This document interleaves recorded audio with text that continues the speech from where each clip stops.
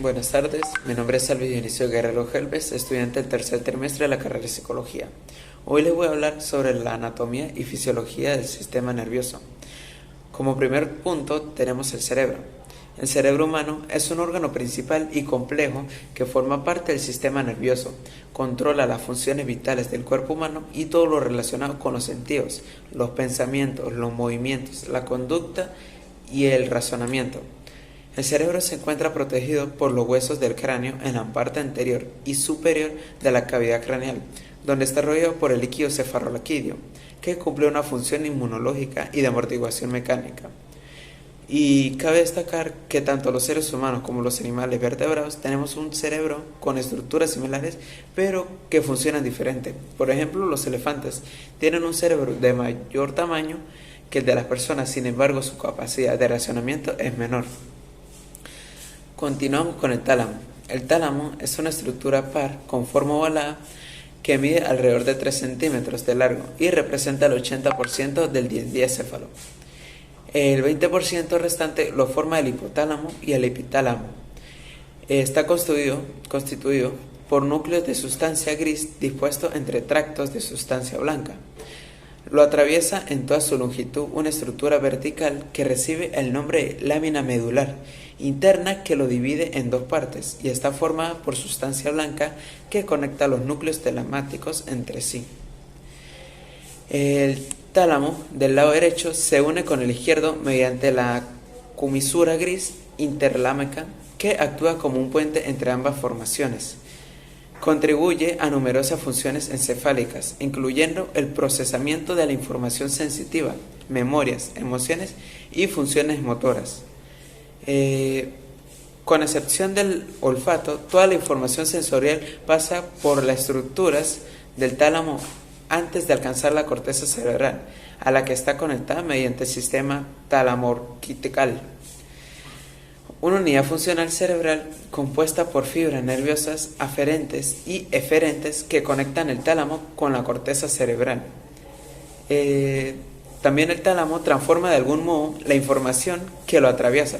Por eso se considera que además de una estación de relevo, un centro integrador del sistema nervioso es central. El hipotálamo. El hipotálamo es, junto con el tálamo, una de las partes de una estructura cerebral llamada diencéfalo, que se encuentra en el centro del encéfalo de los seres humanos, por debajo de la corteza cerebral y por encima del tronco encéfalo. Su nombre es una referencia directa al lugar que ocupa el hipotálamo. Significa literalmente debajo del tálamo. En efecto, si nos fijamos en el dibujo de un corte sagital del cerebro humano, veremos que el hipotálamo parece ser la montura del tálamo, que es bastante más voluminoso. El hipotálamo es una de las estructuras cerebrales con un papel más importante en la regulación de los estados de ánimo, de la temperatura corporal, del sueño, de los impulsos sexuales y del hambre y de la sed. También tenemos el cerebelo, que el cerebelo es una región del encéfalo cuya función principal es de integrar las vías sensitivas y las vías motoras. Existe una gran cantidad de haces nerviosos que lo conectan con otras estructuras encefálicas y con la médula espinal. El cerebelo integra toda la información recibida para precisar y controlar las órdenes de la corteza cerebral. Envía al aparato locomotor a través de las vías motoras. Es el regulador del temblor fisiológico.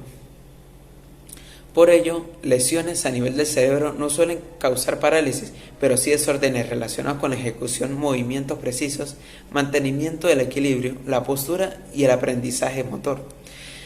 Los primeros estudios realizados por fisiológicos en el siglo XVII indicaban que aquellos pacientes con daño cerebral mostraban problemas de coordinación motora y movimiento.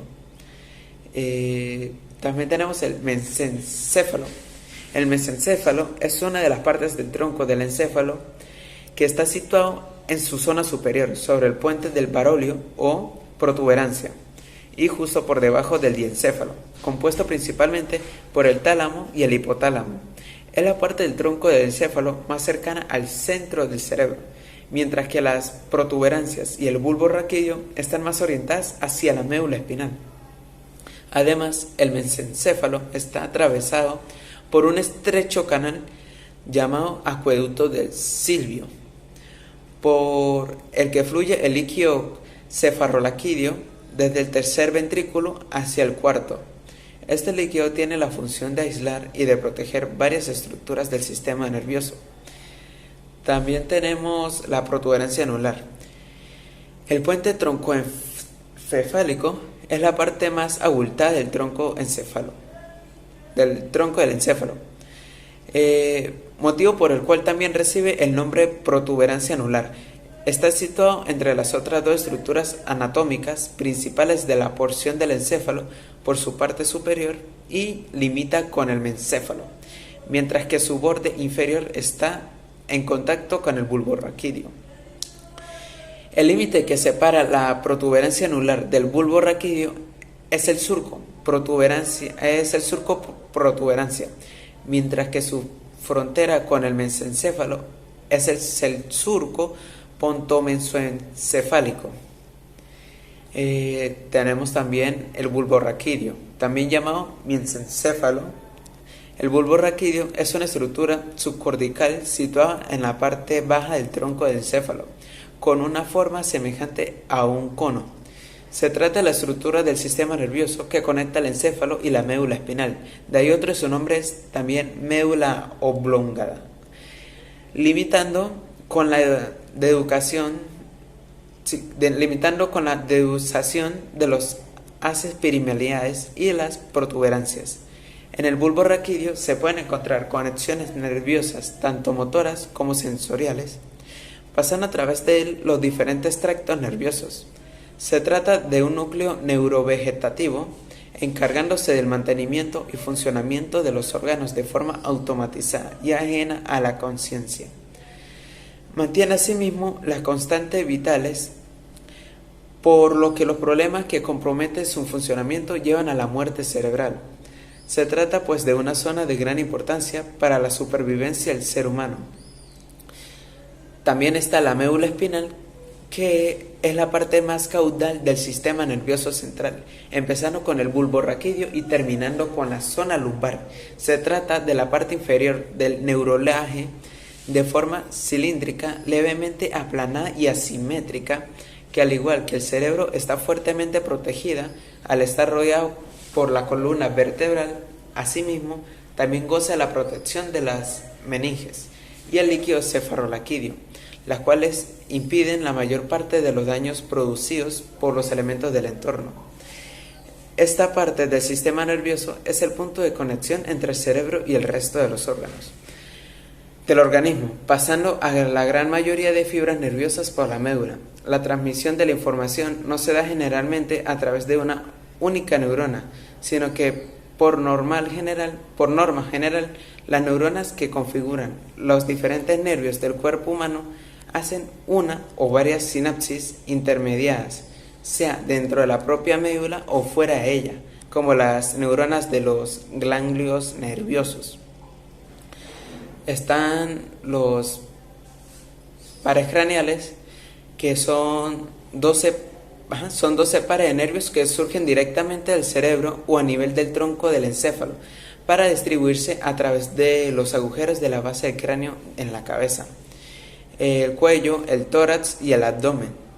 La nomenclatura anatómica internacional incluye al nervio terminal como nervio craneal, a pesar de ser atrofóico y los humanos y estar estrechamente relacionado con el nervio olfatorio.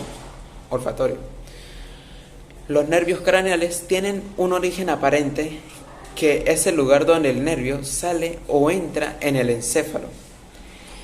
Pero el origen real es distinto, de acuerdo a la función que cumplen las fibras de los pares craneales con función motora o eferente.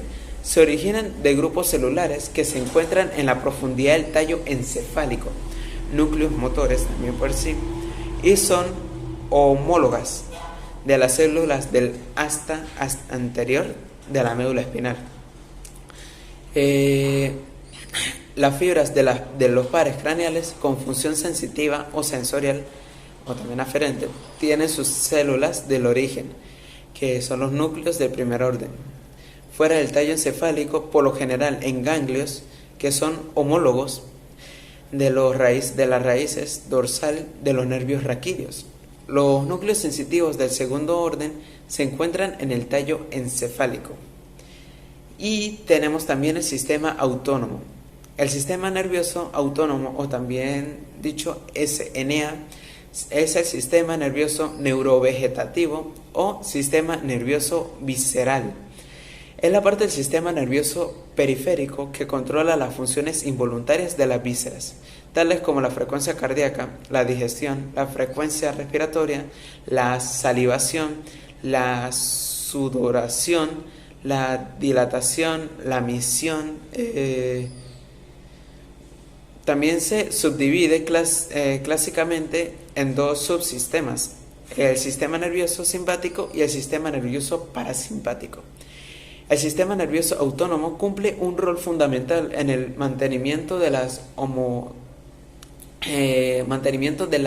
homeostasis fisiológicas. El sistema nervioso autónomo es sobre todo un sistema eferente, es decir, transmite impulso nervioso desde el sistema nervioso central hasta la periférica, estimulando los aparatos y sistemas orgánicos periféricos. La mayoría de las acciones que controlan son involuntarias, aunque algunas, como la respiración, actúan junto con acciones conscientes. El mal funcionamiento de este sistema puede provocar diversos síntomas que se agrupan bajo el nombre genérico de disautonomia. El sistema nervioso autónomo o neurovegetativo, al contrario del sistema nervioso somático y central, es involuntario y responde principalmente por impulsos nerviosos. En la médula espinal, tallo cerebral e hipotálamo, también algunas porciones de la corteza cerebral, como la corteza límbica, pueden transmitir impulsos a los centros inferiores y influir con el control autónomo. Muchísimas gracias por su atención.